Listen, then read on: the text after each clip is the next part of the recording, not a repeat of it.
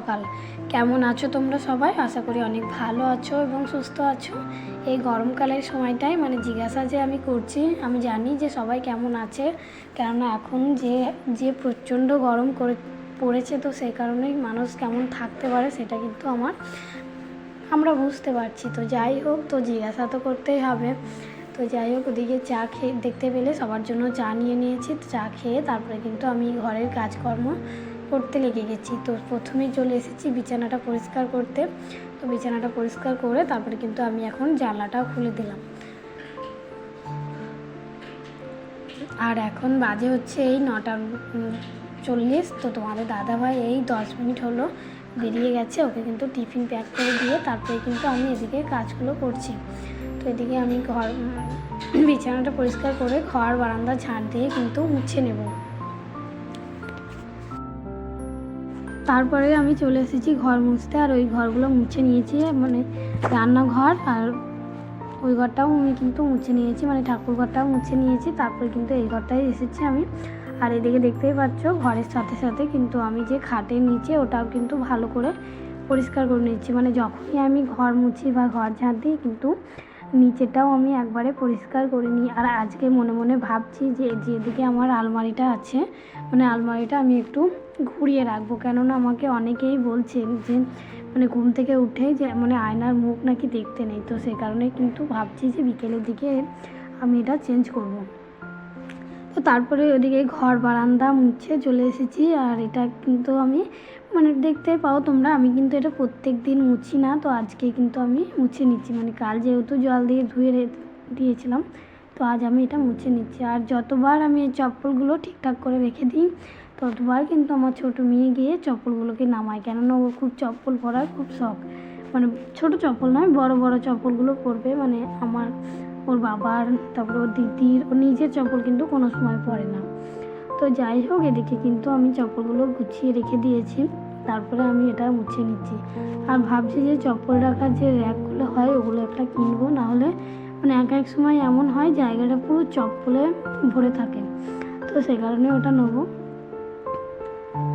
তো ওদিকে মুছে তারপরে রাস্তাটায় জল দিয়ে ঝাড় দিয়ে কিন্তু আমি চলে এসেছি রান্নাঘরে। প্রথমেই আমি কটু কাটাগুলো একটু গোছ করে নিয়েছি। তো আমি সকালবেলা যখন রান্নাবান্না করি তখন কিন্তু রান্না করার সময় যে একটু ভেবে চিন্তে নেব বা আস্তে ধীরে নেব সেটা কিন্তু আমার হয় না, কেননা তাড়াহুড়োর মধ্যে রান্নাবান্না করি যেহেতু সকালবেলায় ঘুম থেকে উঠেই, তো সে কারণে কিন্তু আমার কটুগুলো কোনো সময় ঠিকঠাক থাকে না, এলোমেলো হয়েই যায়। তো সে কারণে কিন্তু রান্নাবান্না করে দেওয়ার পর আমি পরে এটাকে গোছগাছ করে নিই।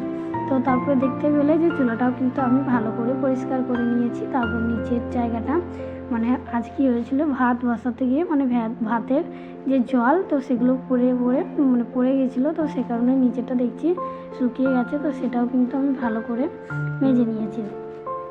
তো তারপরে টাইলসটাও মুছে নিচ্ছি এখন।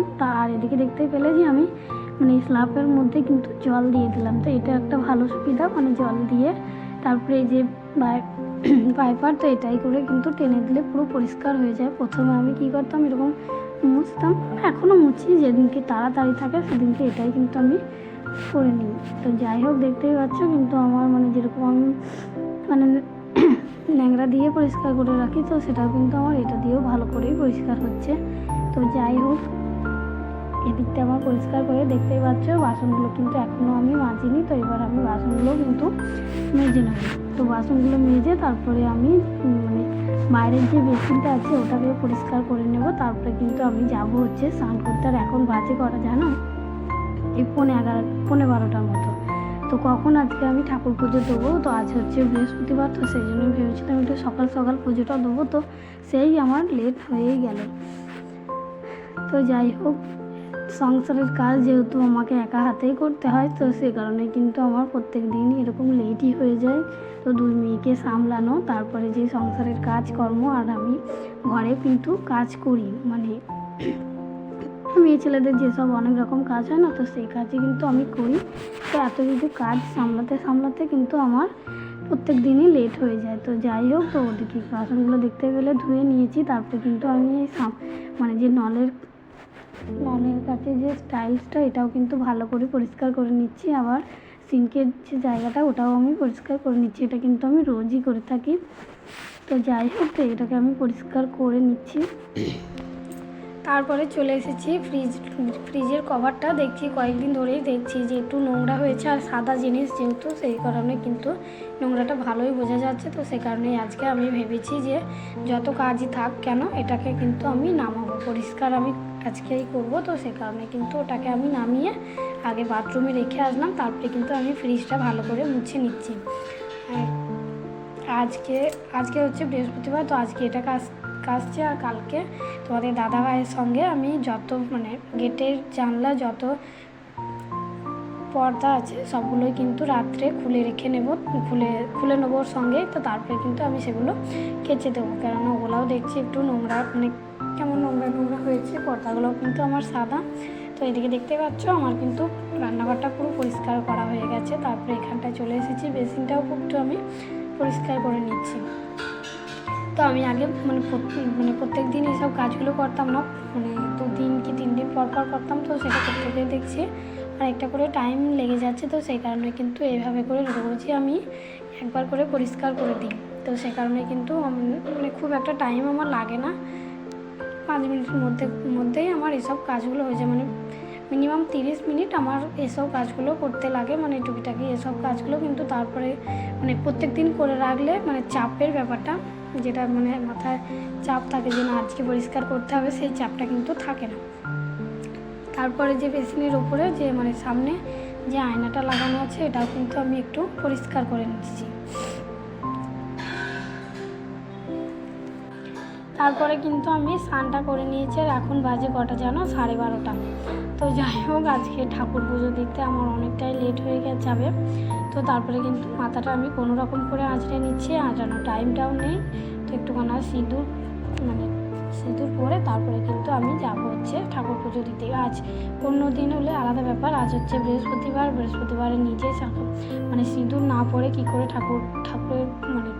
ঠাকুরকে সিঁদুর দেবো বলো। তো সে কারণে কিন্তু আমি একটু হালকা করে মাথাটা একটু আঁচড়ে নিয়ে তারপরে আমি একটু সিঁদুর পরে চলে এসেছি কিন্তু ঠাকুরের পুজো যে জোগাড়টা করতে।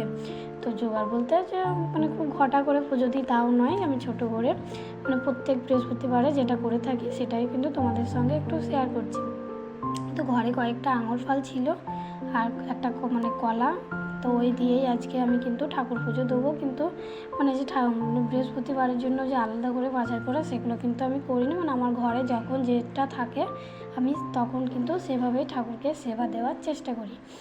তো যাই হোক, এদিকে কিন্তু আঙুর ফলটাও কেটে নিয়েছি, আমি কলাটাও কেটে নিয়েছি। তারপরে কিন্তু আমি এদিকে জোগাড়গুলো করে নেব। তো থালায় প্রথমে আমি প্রসাদটা দিয়ে নেব, গ্লাসের মধ্যেও আমি জল দিয়ে নেব।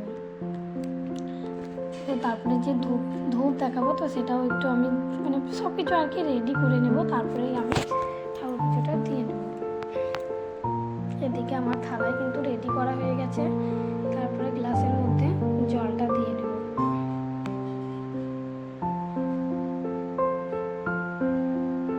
তো আমার খুব শখ জানো তো যে একটা ঠাকুরের মন্দির নেবো, তারপরে কিন্তু আমি যেভাবে আমি নিচে বসে এই যে পুজোর জোগাড়গুলো করছি। তো এটা কিন্তু আমি বসে ঠাকুরকে পুজো দেওয়ার খুব ইচ্ছা, কিন্তু জানি না কবে হবে ওটা। তো একদিন ভাবছি যে যাবো ঠাকুরের মন্দিরটা নিয়ে আসবো।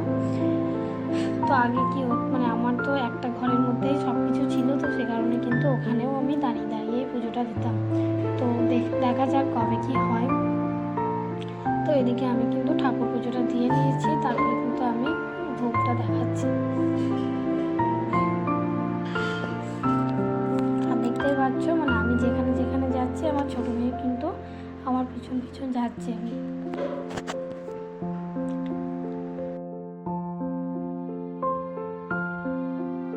ঠাকুর পুজো দেওয়া সেরে তারপরে কিন্তু চলে এসেছি এবার আমি ছাদে।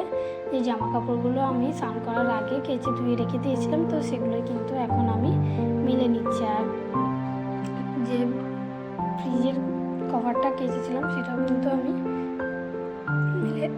মেলে দিচ্ছি।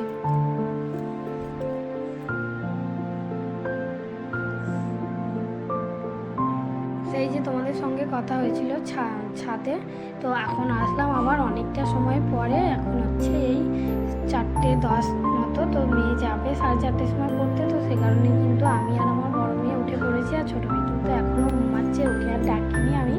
তো বড় মেয়েকে দিয়ে এসে তারপরে কিন্তু ওকে